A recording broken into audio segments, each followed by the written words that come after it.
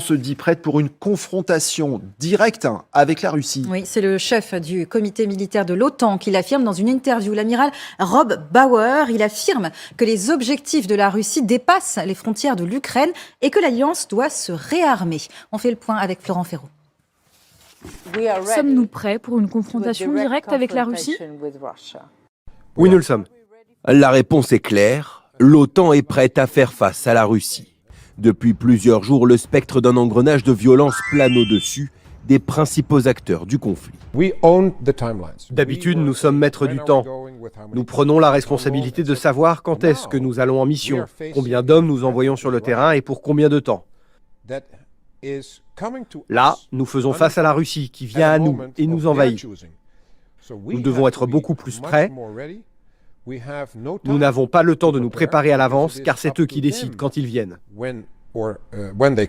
En visite officielle en Argentine, Olaf Scholz s'est exprimé sur la situation actuelle en Ukraine. Le chancelier allemand reste prudent et tempère les propos du chef militaire de l'OTAN. C'est une guerre entre la Russie et l'Ukraine.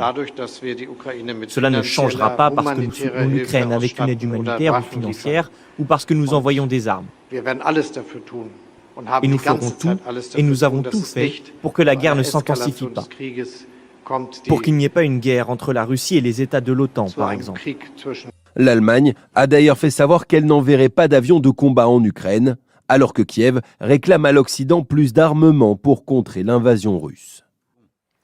Voilà Margot, une déclaration au réveil. Est-ce qu'on peut parler d'escalade sur cette déclaration d'un des chefs militaires ? Pas vraiment, parce qu'il parle justement du point de vue militaire et donc du point de vue stratégique. Il veut surtout rappeler que militairement, on serait capable de faire face à la Russie si elle allait au-delà des frontières de l'Ukraine. Et c'est un point important à rappeler d'un point de vue des armes, d'un point de vue de la logistique. Et alors, c'est plus une prévention qu'une attaque frontale, mais surtout un moyen de répondre aux critiques qui ont été faites à l'OTAN sur le manque d'homogénéité de l'OTAN et de rappeler qu'il y a une véritable adhésion à l'OTAN de tous les pays membres.